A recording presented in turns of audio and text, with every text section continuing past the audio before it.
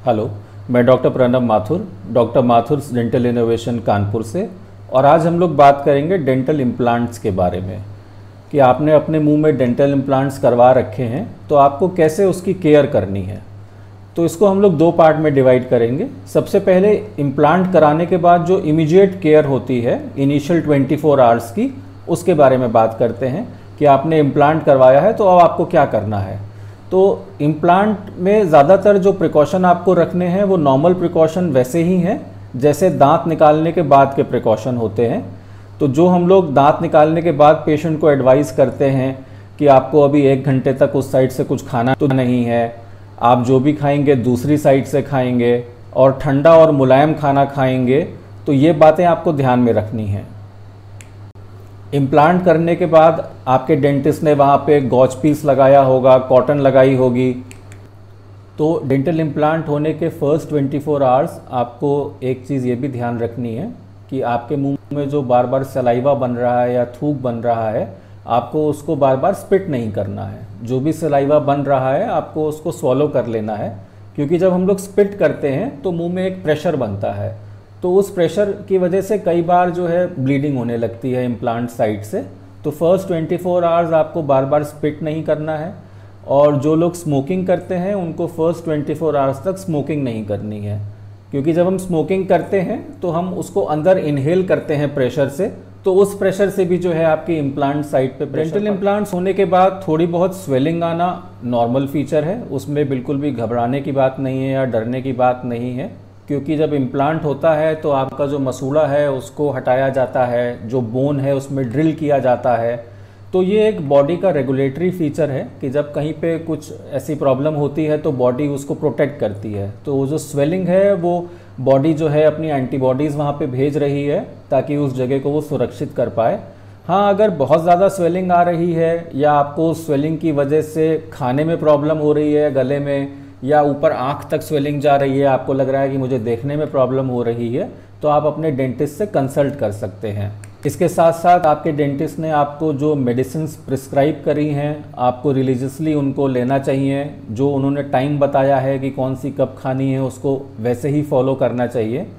कई बार ऐसा देखा गया है कि 1-2 दिन के बाद पेशेंट्स जो है दवा में इरेगुलरिटी ला देते हैं कि अब तो ठीक है, अब क्या करें, 2 टाइम खाने के बजाय उसको 1 टाइम खाना शुरू कर देते हैं। तो ऐसा नहीं करना चाहिए, क्योंकि पूरी तरह से वुंड हीलिंग होने में 5 से 7 दिन का समय लग जाता है। अगर आपके डेंटल इम्प्लांट हुआ है या कोई सर्जरी हुई है तो आपको उसमें कोई भी सिकाई नहीं करनी होती है बाहर से।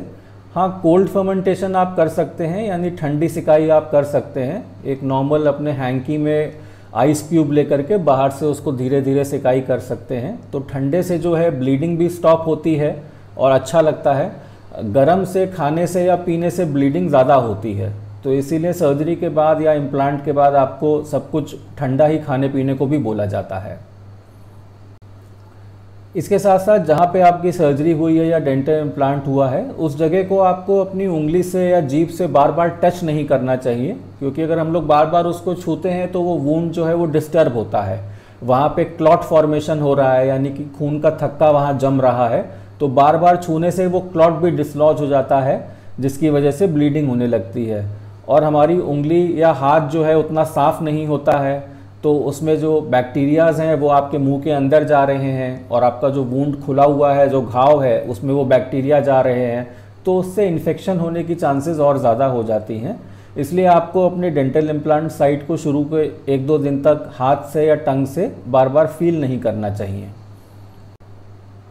24 घंटे होने के बाद इन सारे प्रिकॉशंस में थोड़ा सा डिफरेंस आ जाता है। जैसे 24 घंटे के बाद आप धीरे धीरे अपनी रेगुलर डाइट पे आ सकते हैं, जैसे आप खाना खा रहे हैं वैसे आप स्टार्ट कर सकते हैं।